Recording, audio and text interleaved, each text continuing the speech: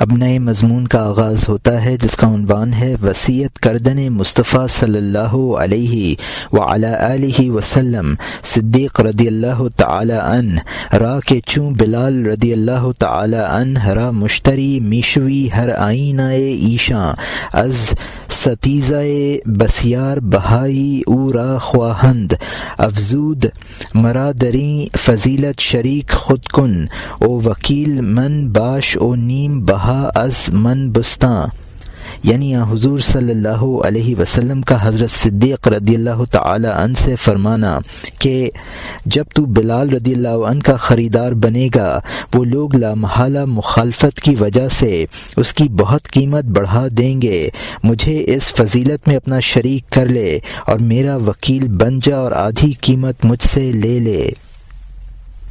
یہاں مترجم نے حاشیے میں لکھا ہے حضور صلی اللہ علیہ وسلم نے حضرت ابو بکر رضی اللہ عنہ سے فرمایا کہ وہ لوگ عداوت کی وجہ سے بہت قیمت طلب کریں گے، اس کو خرید لے اور مجھے بھی اس خریداری میں شریک کر لے۔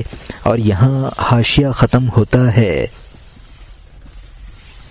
حضرت مصطفیٰ صلی اللہ علیہ وسلم نے ان سے فرمایا کہ اے نیک بختی کی جستجو کرنے والے، خریداری میں تیرا شریک بنتا ہوں، تو میرا وکیل بن جا اور آدھے کا میرے لیے خریدار بن جا، مجھ سے قیمت لے لے۔ عرض کیا 100 بار خدمت کرتا ہوں۔ فوراً روانہ ہو گئے اس بے پناہ کافر کے گھر کی جانب، اپنے آپ سے کہنے لگے کہ بچوں کے ہاتھ سے موتی اے بابا آسانی سے خریدا جا سکتا ہے، اس نادان قوم سے عقل اور ایمان کو شیطان دنیا کے ملک کے بدلے میں خرید لیتا ہے، وہ مردار کو اس قدر مزین کر دیتا ہے کہ ان سے 200 چمن خرید لیتا ہے، چاندنی کو جادو کے ذریعے اس طرح دکھا دیتا ہے کہ شوبدے کے ذریعے کمینوں سے 100 تھیلیاں اچک لے جاتا ہے۔ ان کو نبیوں نے تجارت سکھائی، ان کے سامنے دین کی شمع روشن کی، جادوگر بھوت اور چھلاوے نے جادوگری اور مخالفت سے ان کی نظر میں نبیوں کو بے وقت کر دیا۔ دشمن جادو سے برا بنا دیتا ہے، حتیٰ کہ بیوی اور شوہر میں طلاق واقع ہو جاتی ہے۔ جادو سے انہوں نے ان کی آنکھیں سیدھیں، یہاں تک کہ انہوں نے ایسے موتی تنکے کے بدلے بیچ ڈالا۔ یہ موتی دونوں جہان سے بالا تر ہے، ہاں اس نادان بچے سے خرید لے کیونکہ وہ گدھا ہے۔ گدھے کے سامنے کوڑی اور موتی یکساں ہے، اس گدھے کو موتی اور سمندر میں شک ہے۔ یہاں مترجم نے حاشیے میں لکھا ہے کہ بلال رضی اللہ عنہ کی خریداری میں تم میرے وکیل بن جاؤ۔ ابو بکر رضی اللہ عنہ نے اپنے دل میں سوچا کہ یہ کافر بلال رضی اللہ عنہ کی قدر و قیمت سے بے خبر ہیں، میں ان سے بلال رضی اللہ عنہ کو آسانی سے اسی طرح خرید لوں گا جس طرح بچے سے موتی خرید لیا جاتا ہے۔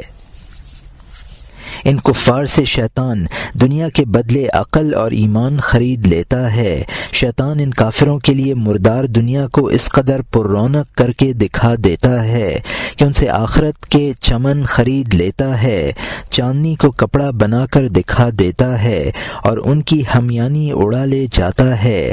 انبیاء نے ان کو تجارت کرنا سکھایا، لیکن شیطان ان کی نظروں میں بنیاد انبیاء اور ان کی تعلیمات کو برا کر کے دکھا دیتا ہے۔ شیطان ایسے اثرات پیدا کر دیتا ہے کہ میاں بیوی میں نفرت ہو جاتی ہے اور طلاق تک نوبت آ جاتی ہے۔ جس طرح شیطان میاں اور بیوی میں جادوگری کرتا ہے، اسی طرح جادو سے ان کو اندھا کر دیتا ہے، اور ان کفار نے حضرت بلال رضی اللہ عنہ کو چند ٹکوں میں بیچ ڈالا۔ اور یہاں حاشیہ ختم ہوتا ہے۔ وہ سمندر اور اس کے موتیوں کا منکر ہے، جانور اس سے آرائش کا کب طالب ہوتا ہے۔ خدا نے جانور کے سر میں نہیں رکھا ہے کہ وہ لعل کی فکر میں اور موتی کا پرستار ہو۔ تو نے گدھوں کے کان کا آویزہ کبھی دیکھا ہے؟ گدھے کا گوش و ہوش سبزہ زار ہوتا ہے۔ احسن التقویم کو سورہ والتین میں پڑھ لے کہ اے پیارے جان قیمتی موتی ہے۔ احسن التقویم اس کے عرش سے بڑھ کر ہے، احسن التقویم تیری سمجھ سے باہر ہے، اگر میں اس کی قیمت بتاؤں ناممکن ہے، میں بھی جل جاؤں، سننے والا بھی جل جائے۔ اس جگہ ہونٹ بند کر لے، اس جانب گدھا نہ ہنکا۔ صدیق رضی اللہ عنہ ان گدھوں کی جانب روانہ ہو گئے، کنڈی بجائی۔ جب اس نے دروازہ کھولا، بے خودی میں اس کافر کے گھر میں پہنچ گئے، بے خود اور مدہوش غصے کی آگ میں جا بیٹھے۔ ان کے منہ سے بہت کڑوی باتیں نکلیں کہ تو اللہ تعالیٰ کے اس دوست کو کیوں مارتا ہے؟ اے نور کے دشمن، یہ کیا کینہ ہے؟ اگر تجھ میں اپنے دین کے بارے میں سچائی ہے، تیرا دل ایک سچے پر ظلم کیسے گوارا کرتا ہے؟ ارے تو کفر کے دین میں نہ مرد ہے کہ تو ایک شہزادے پر یہ گمان کرتا ہے۔ یہاں مترجم نے حاشیے میں لکھا ہے، ان میں اللہ تعالیٰ نے اتنی سمجھ نہیں دی کہ وہ لعل اور موتی کی قیمت کو سمجھ سکے، کیونکہ وہ موتی کی قیمت نہیں سمجھتے، اس لیے وہ کانوں میں موتی کے آویزے نہیں ڈالتے ہیں۔ سورہ والتین میں مذکور ہے، لقد خلقنا الانسان فی احسن تقویم، یعنی بے شک ہم نے انسان کو بہترین خلقت میں پیدا کیا ہے۔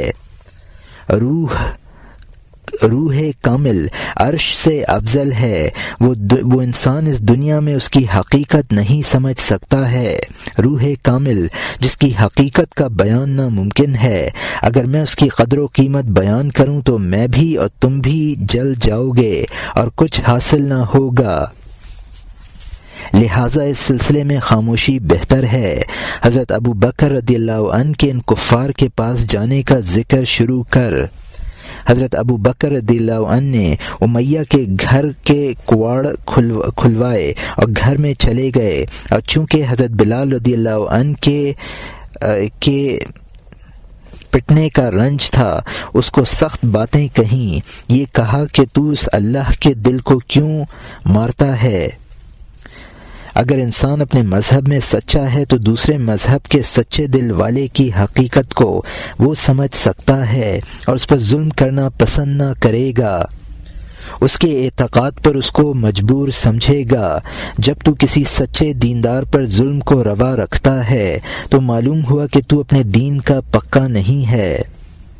یہاں مترجم کا حاشیہ ختم ہوتا ہے۔ اپنے بنائے ہوئے ٹیڑھے آئینے سے سب کو اے ابدی لعنت کے مردود نہ دیکھ۔ اس وقت حضرت صدیق رضی اللہ عنہ کے ہونٹوں سے جو کچھ نکلا، اگر میں کہوں تو ہاتھ پاؤں گم کر دے۔ حکمتوں کی ذات جیسے چشمے لامکان کی جانب سے ان کی منہ سے جاری تھے، جس طرح ایک پتھر سے پانی جاری ہوا تھا جو نہ پہلو میں سرمایہ رکھتا ہے نہ اندر۔ اللہ تعالیٰ نے اس پتھر کو اپنی ڈھال بنایا تھا جس سے آبگینہ جیسا پانی بہا دیا۔ جس طرح تیری آنکھ کے چشمے سے نور اس نے بغیر بخل اور کمی کے جاری کر دیا ہے، وہ نہ چربی سے سرمایہ رکھتی ہے نہ کھال سے۔ دوست نے ایجاد کرنے میں آڑ بنائی ہے، اس کے جذب کرنے والی ہو۔ ارکان کے سوراخ میں اس کے جھوٹے اور سچے کلام کا ادراک کرنے والی ہے۔ ان چھوٹی ہڈیوں میں یہ کیسی ہوا ہے کہ بات کرنے والے کے حرف اور آواز کو قبول کر لے۔ ہڈی اور ہوا محض پردہ ہے، دونوں جہان میں خدا کے علاوہ کوئی نہیں ہے۔ بلا شک سننے والا وہی ہے، بولنے والا وہی ہے، کیونکہ اے ثواب پانے والے، دونوں کان سر کا حصہ ہیں۔ اس نے کہا کہ اگر تجھے اس پر رحم آتا ہے، اے کرم کی عادت والے، روپیہ دے اس کو لے لے۔ یہاں مترجم نے حاشیے میں لکھا ہے کہ چونکہ تیری فطرت کج ہے تو دوسروں کو بھی کج فطرت سمجھتا ہے۔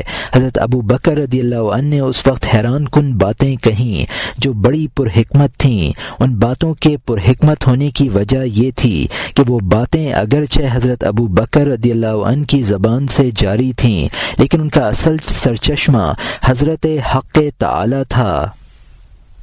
حضرت ابو بکر رضی اللہ عنہ کے منہ سے ان چشموں کے جاری ہونے پر کیا تعجب ہے، جبکہ اللہ تعالی پتھر سے چشمے جاری کر دیتا ہے۔ حضرت حق نے اس پتھر کو اپنے لیے پردہ بنا لیا تھا۔ تیری آنکھ کو بھی حق تعالی نے اپنا نور عطا کرنے کا ایک حجاب بنا رکھا ہے، ورنہ آنکھ کے اجزاء میں نور کہاں ہے؟ انسان کا کان بھی قدرت کا ایک پردہ ہے، ورنہ اس کے اجزاء میں سننے کی طاقت کہاں ہے؟ کان کی چھوٹی چھوٹی ہڈیوں کو خرد استخواں کہا ہے۔ ہر معاملے میں اصل متصرف خدا ہی ہے۔ حدیث شریف میں وارد ہے کہ کان سر کا حصہ ہیں، اور ظاہر ہے کہ سر ایک حادث چیز ہے، اس میں خود یہ صفت کہاں ہو سکتی ہے؟ امیہ نے حضرت ابو بکر رضی اللہ عنہ سے کہا، اگر تجھے بلال پر رحم آتا ہے تو اس کو خرید لے۔ اور یہاں حاشیہ ختم ہوتا ہے۔ اگر تیرا دل جلتا ہے مجھ سے اس کو خرید لے، بغیر خرچے کے تیری مشکل حل نہ ہوگی۔ حضرت ابو بکر صدیق رضی اللہ عنہ نے کہا، 100 عبادتیں 500 سجدے کروں گا۔ میرے پاس ایک اچھا غلام ہے لیکن یہودی ہے، اس کا جسم سفید اور دل کالا ہے، لے لے، بدلے میں کالے جسم اور روشن دل کو دے دے۔ پھر ان سردار نے بھیجا اور بلوایا، سچ مچ وہ غلام نہایت حسین تھا، ایسا کہ وہ کافر حیران رہ گیا۔ اس کا پتھر جیسا دل فوراً بے قابو ہو گیا۔ ظاہر پرستوں کی یہی حالت ہوتی ہے، ان کا پتھر صورت دیکھنے سے موم ہو جاتا ہے۔ اس نے جھگڑنا شروع کیا اور راضی نہ ہوا کہ لا محالہ اس پر اضافہ کرو۔ انہوں نے چاندی کے ایک مقدار بھی اس پر بڑھا دی، حتیٰ کہ اس کافر کی حرص راضی ہو گئی۔ اس نے فروخت کر دیا اور بلا مقصد لین دین کر لیا، موتی دے دیا اور بدلے میں پتھر لے لیا، اس خیال سے کہ میں نے نفع کمایا ہے۔ کالا دے دیا، سفید حاصل کر لیا۔ جب باہمی معاملہ طے ہو گیا، دونوں کا ایجاب اور قبول ہو گیا۔ یہاں مترجم نے حاشیے میں لکھا ہے، یہ مشکل بغیر خرچ کے آسان نہ ہوگی۔ حضرت ابو بکر رضی اللہ عنہ نے فرمایا، یہ معاملہ ہو جائے تو خدا کا شکر ادا کروں گا، اور فرمایا میرے پاس ایک سفید رنگ کا حسین غلام ہے لیکن اس کا دل کفر کی وجہ سے کالا ہے، اس کے بدلے میں کالے بلال رضی اللہ عنہ کو دے دے جن کا دل منور ہے۔ حضرت ابو بکر رضی اللہ عنہ کا غلام اس قدر خوبصورت تھا کہ اس کو دیکھ کر امیہ کا دل بے قابو ہو گیا۔ ظاہر پرستوں کی یہی حالت ہے کہ وہ ظاہر اور صورت پر قربان ہوتے ہیں۔ اس نے اصرار شروع کیا کہ بلال کے عوض اس غلام کے ساتھ کچھ چاندی بھی دو۔ حضرت ابو بکر رضی اللہ عنہ نے چاندی کا اضافہ کر دیا۔ چاندی کے اضافے پر وہ راضی ہو گیا اور لین دین ہو گیا۔ اس نے موتی دے کر پتھر لے لیا۔ اس کو یہ خیال تھا کہ میں نے بہت نفع کما لیا۔ کالا دے کر گورا غلام لے لیا۔ جب بے مکمل ہو گئی تو وہ بہت ہنسا، اور اس کو یقین تھا کہ حضرت ابو بکر صدیق رضی اللہ عنہ نے اس معاملے میں ٹوٹا یعنی نقصان اٹھایا ہے۔ معاملہ مکمل ہونے پر اس نے قہقہہ لگایا جس میں مذاق اور طنز کا پہلو تھا۔ حضرت ابو بکر رضی اللہ عنہ نے وجہ دریافت کی تو وہ اور زیادہ ہنسا اور کہنے لگا کہ اگر اس غلام کی خریداری میں آپ کو اصرار ہوتا تو میں اس کے دام نہ بڑھاتا، اور اب جو قیمت لے لی ہے اس کے 10ویں حصے میں فروخت کر ڈالتا۔ اور یہاں حاشیہ ختم ہوتا ہے۔ حضرت صدیق نے اس سے کہا کہ یہ قہقہہ اب نئے مضمون کا آغاز ہوتا ہے جس کا عنوان ہے خندیدن جہود و پنداشتن کہ صدیق رضی اللہ عنہ مغبون صد دریں عقد، یعنی کافر کا ہنسنا اور خیال کرنا کہ صدیق رضی اللہ عنہ اس معاملے میں ٹوٹے میں ہیں۔ اس سنگ دل کافر نے قہقہا لگایا مذاق اور طنز اور مکر و فریب کے طور پر۔ حضرت صدیق رضی اللہ عنہ نے اسے کہا یہ قہقہا کیسا ہے؟ جواب میں اور ان کے دریافت کرنے پر اور زیادہ ہنسا۔ اس نے کہا اگر تیرا اصرار اور اہتمام نہ ہوتا اس کالے غلام کی خریداری میں جھگڑا کر کے اس کو نہ بھیجتا، میں جھگڑ کر اس کو نہ بیچتا، خود اس کو 10ویں حصے میں بیچ ڈالتا، کیونکہ وہ میرے نزدیک آدھی دمڑی کے لائق نہیں ہے۔ تو نے شور کر کے اس کی قیمت بڑھا دی۔ تب حضرت صدیق رضی اللہ عنہ نے اس کو جواب دیا اے بے وقوف، تو نے بچے کی طرح اخروٹ کے بدلے میں موتی دے دیا، کیونکہ وہ میرے نزدیک دونوں جہان کی قیمت کا ہے۔ میں اس کی روح کو دیکھتا ہوں، تو رنگ کو، وہ سرخ سونا ہے اور کالے رنگ کا ہو گیا ہے۔ اس احمقستان کے رش کی وجہ سے 7 رنگے جسموں کی آنکھ اس پردے کی وجہ سے اس روح کا ادراک نہیں کرتی۔ اگر تو سودے میں زیادہ کھینچ تان کرتا میں اپنا تمام مال اور ملکیت دے دیتا، اگر تو کھینچ تان بڑھاتا میں اہتمام کی وجہ سے دامن بھر سونا کسی دوسرے سے قرض لے لیتا۔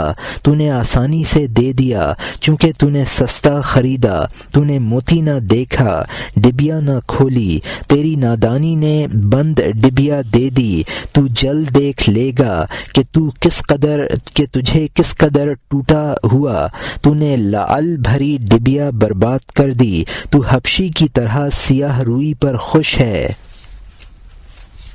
یہاں مترجم نے حاشیے میں لکھا ہے کیونکہ یہ کالا غلام میرے نزدیک دمڑی کا بھی نہیں ہے، تو نے شور و شر کر کے اس کے دام بڑھوا لیے۔ حضرت ابو بکر رضی اللہ عنہ نے اس کو جواب دیا کہ تو پیر نابالغ ہے، تو نے اخروٹ کے بدلے میں موتی دے ڈالا۔ میرے نزدیک اس کی قیمت ہر 2 عالم ہے، کیونکہ میری نظر اس کے باطن پر ہے۔ غلام تو کالا ہوتا ہے اس پر سیاہی رش کی وجہ سے ہے تاکہ احمق اس کو نہ پہچان سکیں۔ جو آنکھیں محض رنگوں کا ادراک کرتی ہیں وہ روح کا ادراک نہیں کر سکتی ہیں۔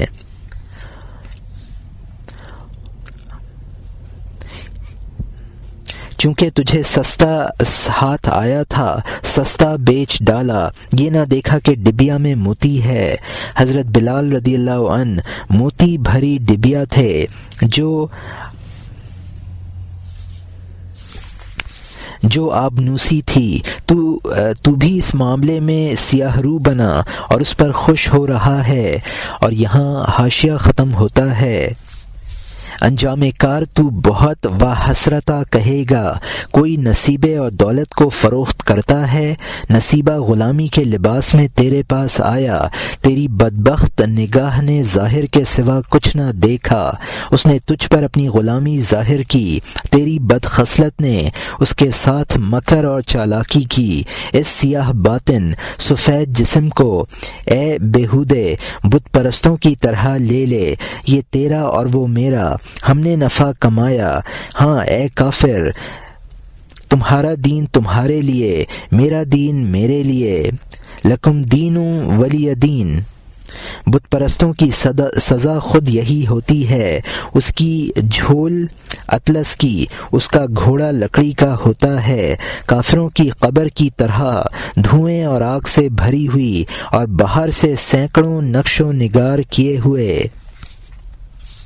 ظالموں کے مال کی طرح ظاہر حسین اور اس کے اندر مظلوم کا خون اور وبال، منافق کی طرح بظاہر روزہ اور نماز اور اندر سے کالی خاک بے بنیاد، خالی ابر کی طرح گڑ گڑاہٹ سے پر، نہ اس میں زمین کا فائدہ نہ پھل کی غذا، مکر کے وعدے اور جھوٹی بات کی طرح، اس کا آخر رسوا اور اول پر رونق۔ اس کے بعد انہوں نے بلال رضی اللہ عنہ کا ہاتھ پکڑا، وہ مشقت کی کھلی کے زخم سے خلال جیسے تھے، وہ خلال بن گئے، منہ میں راستہ پا لیا، ایک شیریں زبان کی جانب دوڑ رہے تھے۔ یہاں مترجم نے حاشیے میں لکھا ہے کہ جب حقیقت کھلے گی تو بہت افسوس کرے گا، تیرا نصیبہ بشکل غلامی تیرے پاس آیا اور تو اس کو نہ پہچانا، اس نے غلامی کا اظہار کیا، تو نے مکاری اور چالاکی برتی، تو اس غلام کو لے لے جس کا جسم سفید ہے لیکن باطن سیاہ ہے۔ یہی بت پرستوں کا طریقہ ہے، بت پرستوں کی یہی سزا ہے کہ ان کو کاٹھ کا گھوڑا جس پر اطلس کی جھول ہو حاصل ہوتا ہے، ان کا ماحصل کافر کی قبر جیسا ہوتا ہے کہ اس کے اوپر نقش و نگار ہوتے ہیں لیکن اندر آگ اور دھواں ہوتا ہے۔ کافر کا ماحصل کی مثال ظالموں کا مال ہے جس کا ظاہر بڑا پیارا اور اس کے باطن میں مظلوموں کا خون مخفی ہے۔ کافر کے ماحصل کی مثال منافق بھی ہے کہ بظاہر وہ اسلامی فرائض ادا کرتا ہے لیکن اس کا باطن ایمان و یقین سے خالی ہوتا ہے۔ نیز اس کو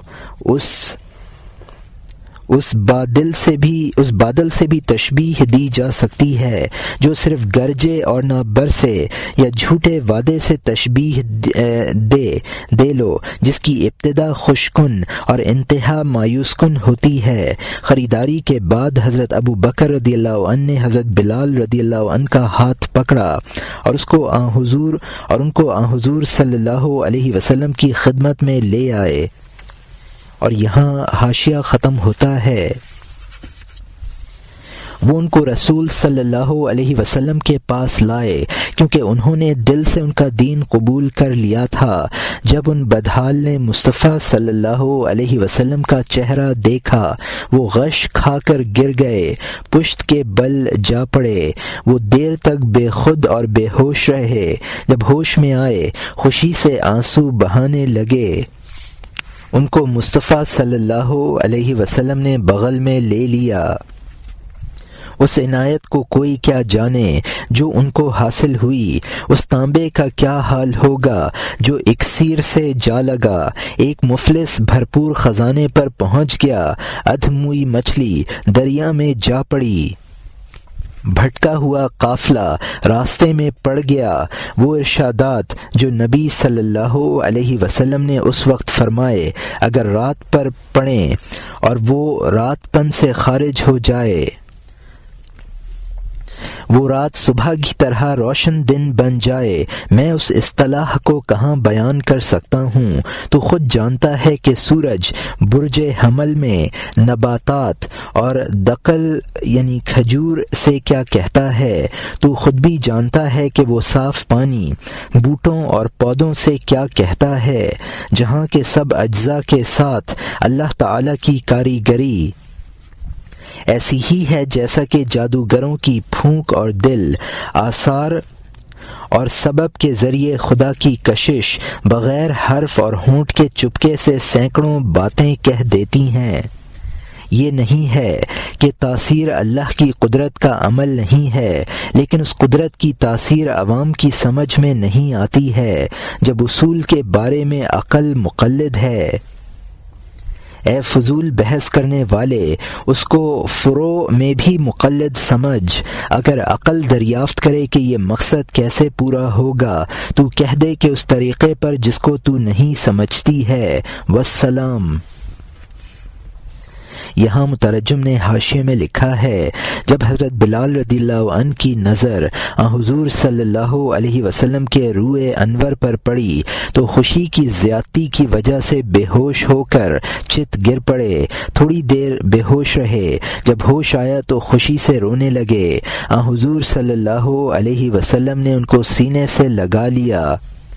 سینے سے لگانے سے ان کو کیا فیوز حاصل ہوئے اس کو کوئی نہیں سمجھ سکتا ہے، البتہ اس کی وضاحت چند مثالوں سے کی جاتی ہے۔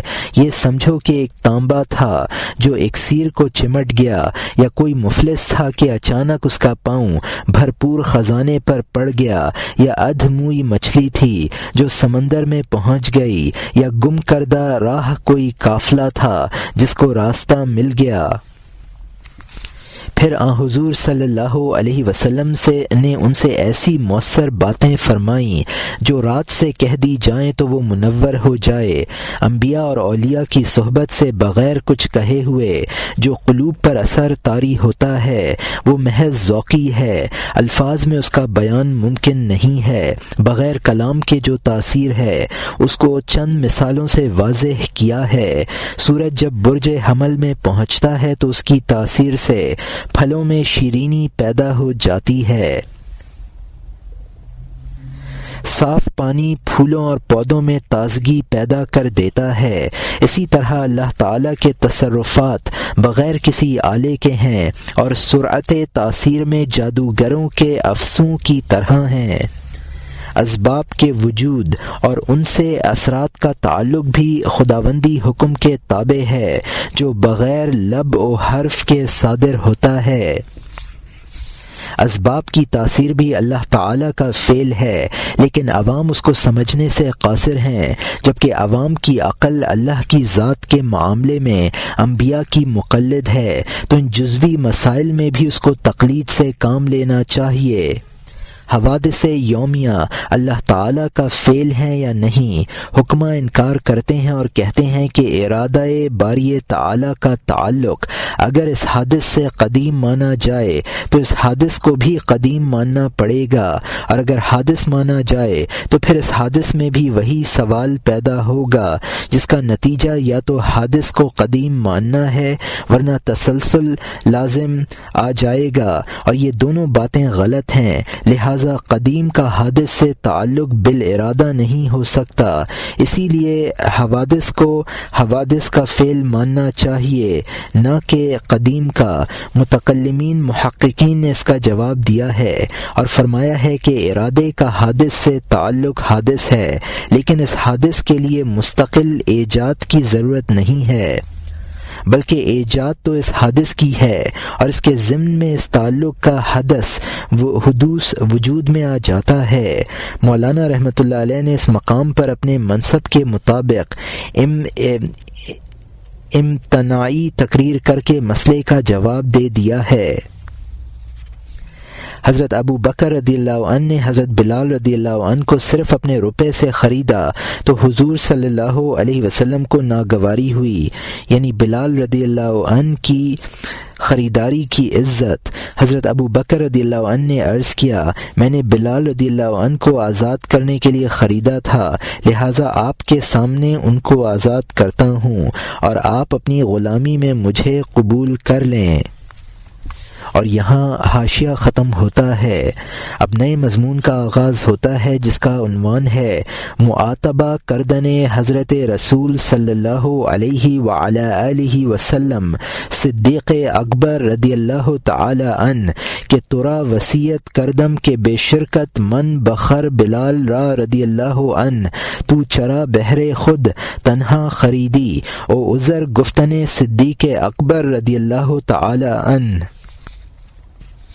حضرت رسول اللہ صلی اللہ علیہ وسلم کا صدیق اکبر رضی اللہ تعالی عنہ پر ناراضگی کا اظہار کرنا کہ میں نے تجھ سے کہا تھا کہ بلال رضی اللہ عنہ کو میری شرکت میں خریدنا، تو نے صرف اپنے لیے کیوں خریدا، اور صدیق اکبر رضی اللہ عنہ کا معذرت کرنا۔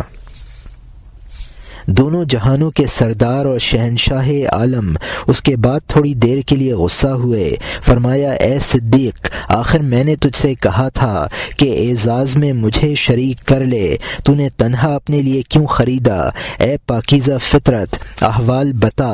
انہوں نے عرض کیا کہ ہم دونوں آپ کے کوچے کے غلام ہیں، میں نے آپ کے سامنے ان کو آزاد کر دیا، آپ مجھے غلام اور یار غار بنا لیں، میں ہرگز کسی وقت آزادی نہ چاہوں گا، کیونکہ میرے لیے آپ کی غلامی ہی آزادی ہے، آپ کے بغیر میرے اوپر مشقت اور ظلم ہے۔ اے وجہ کہ جس نے برگزیدگی سے جہان کو اے وہ کہ جس نے برگزیدگی سے جہان کو زندہ کر دیا، عوام کو خواص بنا دیا، خصوصاً مجھے۔ جوانی میں میری روح خوابیں دیکھتی تھی کہ مجھے سورج کی ٹکیا نے سلام کیا ہے، اس نے مجھے زمین پر سے آسمان پر کھینچ لیا، چڑھنے کی وجہ سے میں اس کا ساتھی بن گیا ہوں۔ میں نے سمجھا یہ دیوانگی اور محال تھا، کبھی محال فی الحال وصف بن سکتا ہے۔ جب میں نے آپ کو دیکھا، میں نے اپنے آپ کو دیکھ لیا، اس بہتر وصف کے آئینے پر آفرین ہے۔ جب میں نے آپ کو دیکھا میرا محال حال بن گیا، میری روح عظمت میں غرق ہو گئی۔ اے شہروں کی جان، جب میں نے آپ کو دیکھا، خود اس سورج کی وقت میری نظر سے گر گئی، آپ کی وجہ سے میری نظر عالی ہمت بن گئی، زمانے کو سوائے بے قدری کے نہیں دیکھتی ہے۔ میں نے نور کو تلاش کی، میں نے نور کی تلاش کی، اپنے آپ کو نور ہی نور دیکھا۔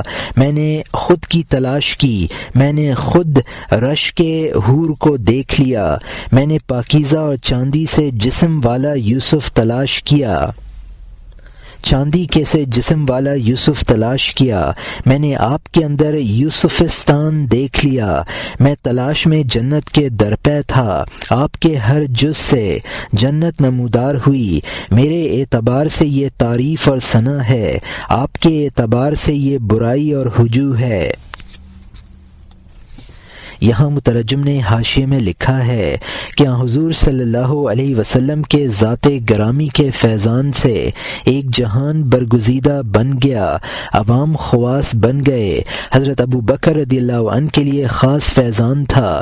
اس خصوصی فیضان کی تفصیل یہ ہے کہ میں جوانی میں خواب میں دیکھا کرتا تھا کہ سورج مجھے سلام کرتا ہے اور اس نے مجھے زمین سے آسمان پر کھینچ لیا ہے اور میں بلندی پر پہنچ جانے کی وجہ سے اس کے ساتھ ہوں۔ اس وقت میں سمجھتا تھا کہ یہ میری خلل دماغی ہے، کہیں محال کا بھی وقوع ہوتا ہے، لیکن جب آپ کا شرف صحبت حاصل ہوا تو مجھ پر اپنی حقیقت کھلی اور آپ کی ذات نے میرے لیے آئینہ کا کام دیا، اور وہ بات جسے میں محال سمجھتا تھا اب اس سے دوچار ہو گیا۔ آپ کے دیدار کے بعد معاملہ کھلا۔ وہ سورج تو آپ کی ذات گرامی ہے، یہ دنیا کا سورج آپ کے سامنے ہیچ ہے، اور یہ سورج ہی بے حقیقت نہ بنا بلکہ دنیا کی ہر چیز بے حقیقت بن گئی۔ مجھے تمنا تھی کہ نور دیکھوں۔ جب میں نے آپ کا دیدار کیا تو نور کو دیکھا اور حور ہی کو نہیں دیکھا بلکہ رش کے حور کو دیکھ لیا۔ حضرت یوسف علیہ السلام کے حسن کی شہرت پر ان کے دیکھنے کی تمنا تھی۔ آپ کے دیدار سے مجھے یوسفستان کا دیدار حاصل ہو گیا۔ آپ کے دیدار سے ایک جنت نہیں بلکہ بہت سی جنتوں کا دیدار حاصل ہو گیا۔ میں ان الفاظ میں آپ کی تعریف کر رہا ہوں، لیکن چونکہ کما حقہ تعریف نہیں ہے، لہٰذا میری یہ تعریف آپ کے فضائل کے اعتبار سے ناقص باتوں کا ذکر ہے، اور میری یہ تعریف ایسی ہے جیسے چرواہے نے حضرت موسیٰ علیہ السلام کے سامنے اللہ تعالیٰ کی تھی۔ اور یہاں حاشیہ ختم ہوتا ہے۔ جیسے بھولے چرواہے انسان کی تعریف خدا کی موسیٰ کلیم اللہ کے سامنے کہ میں تیری جوئیں پکڑوں گا، تجھے دودھ پلاؤں گا، میں تیرے چپل سی دوں گا اور تیرے سامنے رکھ دوں گا۔ اللہ تعالیٰ نے اس کی برائی کو تعریف کے بدلے میں لے لیا۔ اگر آپ بھی رحمت فرمائیں تو تعجب نہ ہوگا۔ عقلوں کی کوتاہی پر رحم فرما دیجئے، اے وہ کہ عقلوں اور وہموں سے برتر ہے۔ اے عاشقو نیا نصیبہ پرانے جہان سے تازہ بتازہ آ پہنچا ہے، اس جہان سے جو ہر لاچار کا چارہ جو ہے، اس میں اس جہان کے لاکھوں عجائب ہیں۔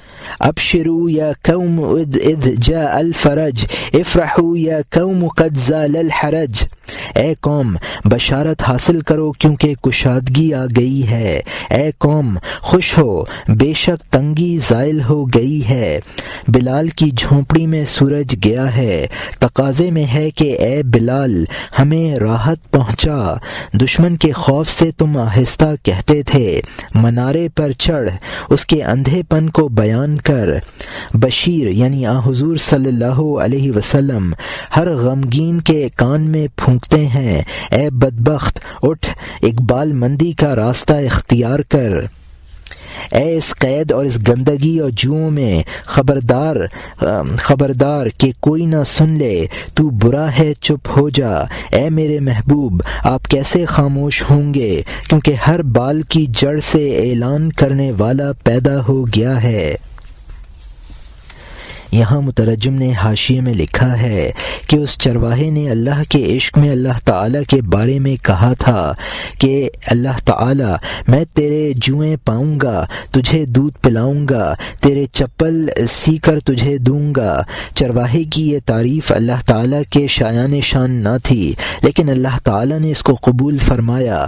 اسی طرح اگر آپ بھی میرے ناقص تعریف کو قبول فرمائیں تو آپ کے کرم سے بعید نہیں ہے، کیونکہ ہماری ناقص عقلیں آپ کے کمالات اور اوصاف تک نہیں پہنچ سکتی ہیں۔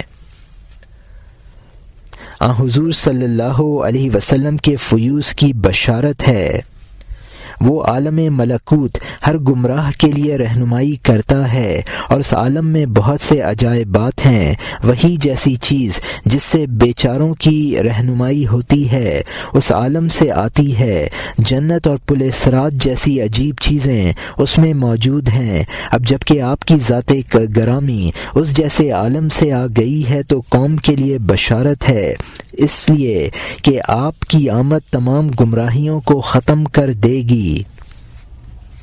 حضور صلی اللہ علیہ وسلم کی آمد سب کے لیے باعث بشارت ہے، خصوصاً حضرت بلال رضی اللہ عنہ۔ ارحنا یا بلال یعنی حضرت بلال رضی اللہ عنہ سے حضور صلی اللہ علیہ وسلم نے اذان دینے کی فرمائش کی تھی۔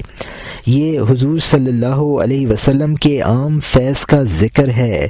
وہ بشیر مدبر کو کہتا ہے کہ تو اس دنیا کے قید خانے اور گندگی میں کب تک رہے گا؟ وہ مدبر کہتا ہے کہ یہ باتیں زور سے نہ کہہ، کوئی سن نہ لے۔ مولانا رحمۃ اللہ علیہ فرماتے ہیں کہ آپ خاموشی کیسے اختیار کر سکتے ہیں؟ آپ کے جسم کا ہر رونگٹا دعوت کا اعلان کر رہا ہے۔ اور یہاں حاشیہ ختم ہوتا ہے۔ حاسد دشمن ایسا بہرا ہو گیا ہے، اتنے ڈھولوں کی آواز کو کہتا ہے آواز کہاں ہے، کوئی اس کے منہ پر تازہ پھول مارتا ہے، وہ اندھے پن سے کہتا ہے یہ تکلیف کیسی ہے۔ حور چٹکی لیتی ہے اور اس کا ہاتھ کھینچتی ہے، اندھا حیران ہے کہ مجھے کیوں ستاتی ہے، میرے ہاتھ اور جسم پر یہ کشمکش کیوں ہے، میں سو رہا ہوں چھوڑ تاکہ میں سو لوں، تو جس کو خواب میں تلاش کرتا ہے وہی ہے، آنکھ کھول وہی مبارک قدم چاند ہے۔ اسی لیے پیاروں پر مصیبتیں زیادہ آتی ہیں، کیونکہ محبوب نے وہ چھیڑ چھاڑ حسینوں سے کی ہے، وہ حسینوں سے ہر راہ میں چھیڑ چھاڑ کرتا ہے، کبھی اندھوں کو بھی پریشان کر دیتا ہے، کبھی اپنے آپ کو اندھوں کے سپرد کر دیتا ہے تاکہ اندھوں کے کوچے میں شور برپا ہو۔ یہاں مترجم نے حاشیے میں لکھا ہے کہ باوجود ہر رونگٹے کے اعلانچی بن جانے کے دشمن اس قدر بہرا بنا ہوا ہے کہ اس قدر ڈھول پٹ رہے ہیں اور وہ کہتا ہے کہ آواز کہاں ہے۔ وہ دشمن اس قدر اندھا ہو گیا ہے کہ نبی اس کے چہرے پر تر پھول مار رہا ہے اور وہ کہتا ہے کہ یہ مجھے کس چیز سے تکلیف پہنچ رہی ہے۔ اس مدبر کی مثال اس اندھے کی ہے، حور جس کا ہاتھ پکڑ کر کھینچے اور اندھا حیران ہو کہ وہ کیوں ستاتی ہے اور یہ کہے کہ یہ میرے ہاتھ اور جسم کی کھینچ تان کیوں ہو رہی ہے، میں سونا چاہتا ہوں مجھے سونے دے۔ اس اندھے کو یہ معلوم نہیں کہ جس حور کے وہ خواب دیکھتا ہے وہ یہی حور ہے۔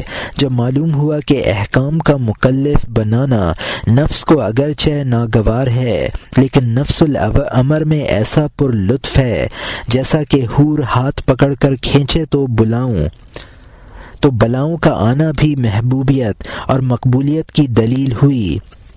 تو فرماتے ہیں کہ ابتلا اور آزمائش محبوبوں کی ہوتی ہے، مصائب میں مبتلا ہونا عموماً محبوبیت کی دلیل ہے، لیکن کبھی اجنبیوں سے بھی چھیڑ چھاڑ ہوتی ہے تاکہ ان میں بھی شور برپا ہو جائے۔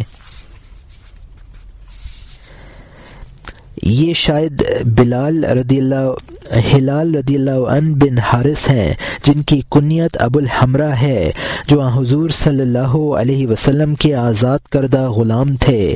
شاید حضور صلی اللہ علیہ وسلم کے آزاد کرنے سے پہلے کسی سردار کے غلام ہوں۔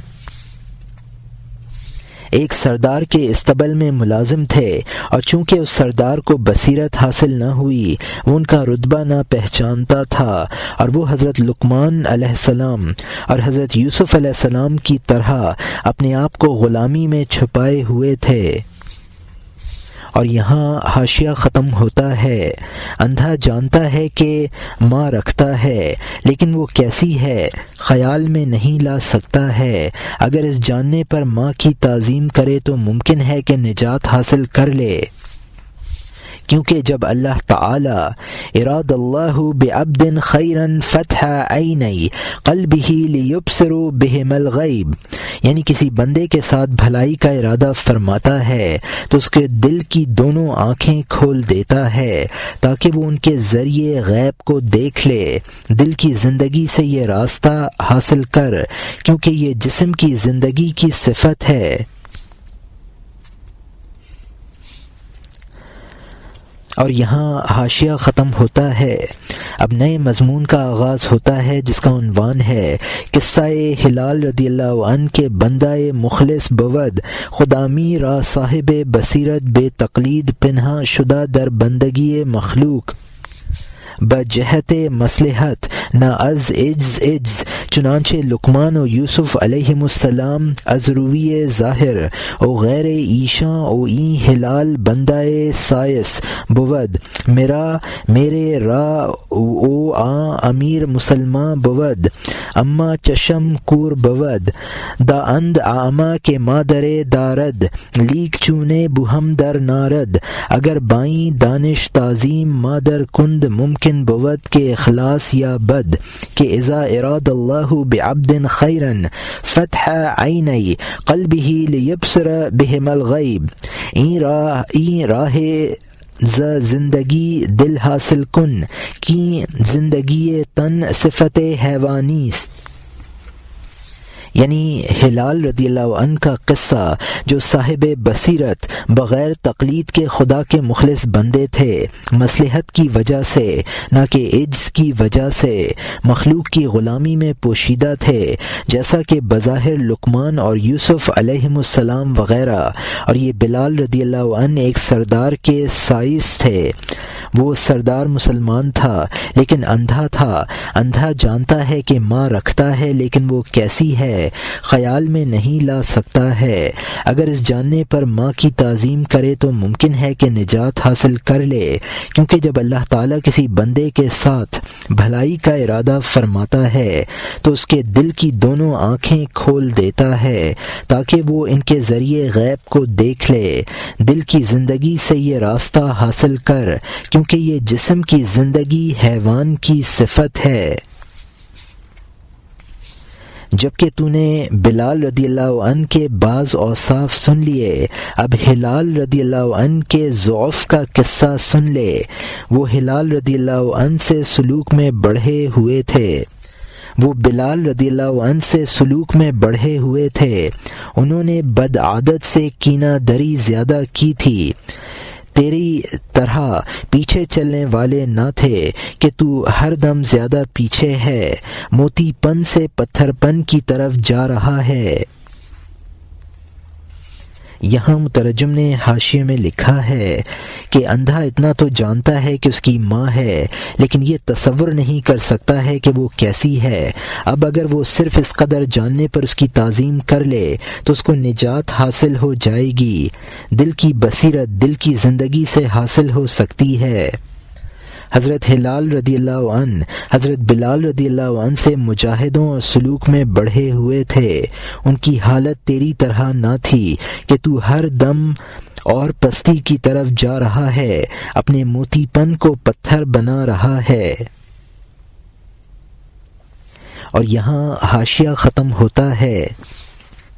اب نئے مضمون کا آغاز ہوتا ہے جس کا عنوان ہے در تقریر ہمی معنی، یعنی اس معنی کے بیان میں۔ جیسا کہ ایک صاحب کے یہاں مہمان پہنچا، ان صاحب نے اس کی عمر دریافت کی، کہا اے بیٹا تیری عمر کئے سال کی ہے بتا اور نہ چرا اور شمار کر۔ اس نے کہا 18، 17 یا خود 16 یا 15۔ اے بھائی خواہ 10۔ اس نے کہا پیچھے لوٹ جا، اے کہ تیرا دماغ پریشان ہے، اپنی ماں کی شرمگاہ تک واپس چلا جا۔ یہاں مترجم نے حاشیے میں لکھا ہے کہ انسان کا اپنے رتبے سے پیچھے ہٹتے چلے جانے پر قصہ سنایا ہے۔ مہمان نے اپنی عمر 18 سال سے گھٹاتے گھٹاتے 10 سال تک پہنچا دی تھی، یعنی یہ کہہ دے کہ میں بھی پیدا ہی نہیں ہوا ہوں۔ اور یہاں حاشیہ ختم ہوتا ہے۔ اب نئے مضمون کا آغاز ہوتا ہے جس کا عنوان ہے حکایت در تقریر ہمی سخن، یعنی اسی معنی کے اسبات میں حکایت۔ ایک شخص نے سردار سے ایک گھوڑا مانگا، اس نے کہا جا وہ سفید گھوڑا پکڑ لے۔ اس نے کہا وہ میں نہیں جانتا۔ اس نے کیوں کہا؟ اس نے کہا وہ ہٹی ہے اور بہت سرکش ہے، اس دم کی جانب پیچھے کو ہٹتا ہے۔ اس نے کہا اس کی دم گھر کی جانب کر لے۔ تیرے اس جانور نفس کی دم شہوت ہے، اس لیے وہ خود پرست ہٹتا چلا جاتا ہے۔ اس کی شہوت کو جو اصل میں دم ہے، اے مخاطب اس کو آخرت کی شہوت میں تبدیل کر دے۔ جب تو روٹی کی جانب سے اس کی شہوت کو بند کر دے گا، وہ شہوت شریف عقل میں سر ابھارے گی، اس شاخ کی طرح جسے تو درخت سے کاٹ دے۔ اے نیک بخت دوسری شاخ سے قوت ابھرتی ہے۔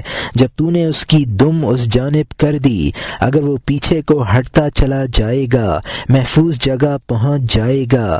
قابل مبارکباد ہیں آگے بڑھنے والے مطیع گھوڑے، نہ پیچھے ہٹنے والے، نہ سرکشی کے عادی ہیں۔ حضرت موسیٰ کلیم اللہ کے جسم کی طرح تیز رفتار بن مجمع البحرین تک، جو ان کے لیے کملی کی چوڑائی کی طرح تھا۔ وہ حقب 700 سالہ راستہ ہے سفر عشق میں جس کا انہوں نے عزم کیا۔ جب ان کے جسم کی سیر کی یہ ہمت تھی، ان کی روح کی سیر علیین تک ہوگی۔ شہسوار گھوڑ دوڑ میں دوڑ پڑے، احمقوں نے معمولی جگہ ڈیرے ڈال دیے۔ یہاں مترجم نے حاشیے میں لکھا ہے کہ یعنی وہ گھوڑا آگے کو چلنے کے بجائے پیچھے کو ہٹتا ہے۔ اس سردار نے کہا تو اس کی دم گھر کی جانب کر دیا کر، وہ پیچھے ہٹے گا تو تو اپنی منزل پر پہنچ جائے گا۔ اب مولانا فرماتے ہیں کہ تیرا نفس تو بمنزلہ گھوڑے کے ہے، اور یہ بھی ہٹی گھوڑا ہے، اور اس کی دم شہوت ہے۔ تو اس کی شہوت کا رخ دنیا سے موڑ کر عقبہ کی طرف کر دے، منزل پر پہنچ جائے گا۔ جب تو شہوت کا رخ دنیاوی لذتوں کی طرف سے موڑ دے گا تو پھر وہ شہوت عقل کے راستے سے ابھرے گی۔ اس کی مثال یہ ہے کہ درخت کی جب ایک شاخ کاٹ دی جاتی ہے تو اس کی قوت دوسری شاخ میں نمودار ہو جاتی ہے۔ جب تو نفس کی دم یعنی شہوت کو آخرت کی جانب کر دے گا تو وہ پیچھے ہٹتے ہٹتے محفوظ مقام پر پہنچ جائے گا۔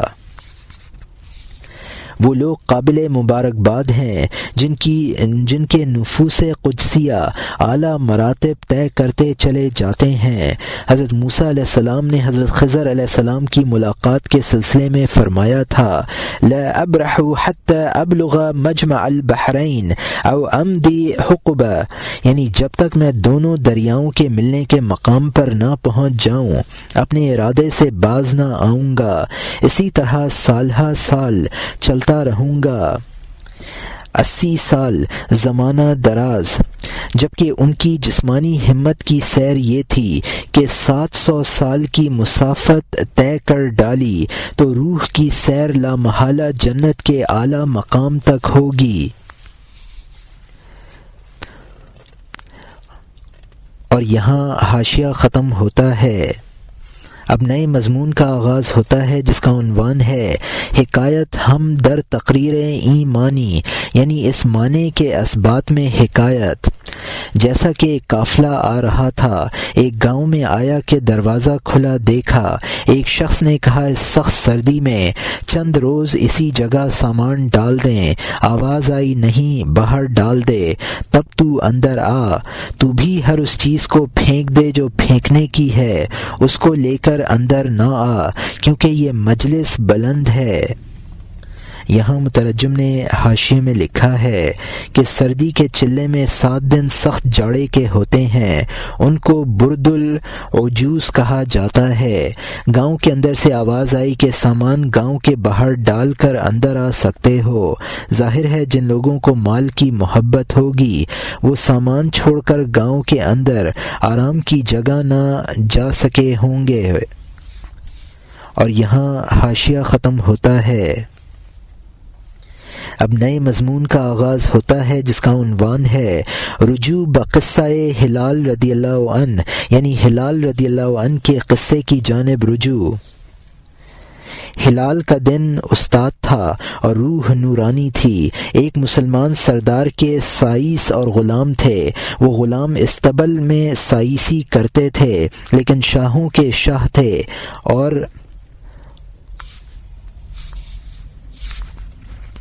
نام کے غلام تھے۔ وہ گھوڑوں کے سائس تھے اور اپنے نفس کے بھی بہت سے لوگوں سے آگے بھی بڑھے ہوئے تھے۔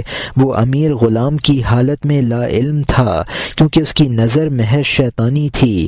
وہ پانی اور مٹی دیکھتا تھا اور ان میں خزانہ نہ دیکھتا تھا، 5 اور 6 کو دیکھتا تھا، 5 کی اصل کو نہیں۔ مٹی کا رنگ ظاہر ہے اور دین کا نور چھپا ہوا ہے۔ دنیا میں ہر پیغمبر اسی طرح ہوا ہے۔ یہاں مترجم نے حاشیے میں لکھا ہے کہ مولانا رحمۃ اللہ علیہ فرماتے ہیں کہ مقام قرب بھی ایک بلند مجلس ہے، اس میں بھی سامان باہر پھینک کر پہنچا جا سکتا ہے۔ اب پھر حضرت ہلال رضی اللہ عنہ کا قصہ شروع کیا ہے۔ وہ دل کے استاد تھے، یعنی ان کا دل طریقے سلوک کا استاد تھا اور روح روشن تھی۔ وہ ہلال رضی اللہ عنہ اس سردار کی غلامی کرتے تھے اور اس کے استبل میں سائس تھے۔ نام کے غلام تھے لیکن حقیقتاً شاہ تھے۔ وہ جس طرح گھوڑے کے سائس تھے اپنے نفس کے بھی مصلح تھے، اسی لیے ان کا رتبہ بہت سے انسانوں سے بڑھا ہوا تھا۔ جس طرح شیطان نے حضرت آدم علیہ السلام کو صرف ظاہر کو دیکھا، اسی طرح اس سردار کی نظر بھی صرف حضرت ہلال رضی اللہ عنہ کے ظاہر پر تھی، یعنی 5 حواس اور 6 جہتیں، یعنی جسمانی احوال کو دیکھتا تھا، اور جو ان 5 حواسوں کی اصل یعنی روح ہے اس کو نہ دیکھتا تھا۔ جسمانی احوال تو ظاہر ہوتے ہیں لیکن دین کا نور پوشیدہ ہوتا ہے، اسی لیے ظاہر بینوں نے ہر نبی کے ساتھ یہی معاملہ کیا کہ ظاہر کو دیکھا، ان کے باطن پر نظر نہ کی۔ اور یہاں حاشیہ ختم ہوتا ہے۔ اس نے منارہ دیکھا، اس پر کا پرند نہیں، منارے پر ہنرمند شہباز ہے۔ دوسرا پھڑپھڑانے والے پرند کو دیکھتا تھا لیکن پرند کے منہ کے اندر کے بال کو نہیں۔ وہ شخص جو اللہ کے نور سے دیکھتا ہو وہ پرند سے بھی اور بال سے بھی آگاہ ہوتا ہے۔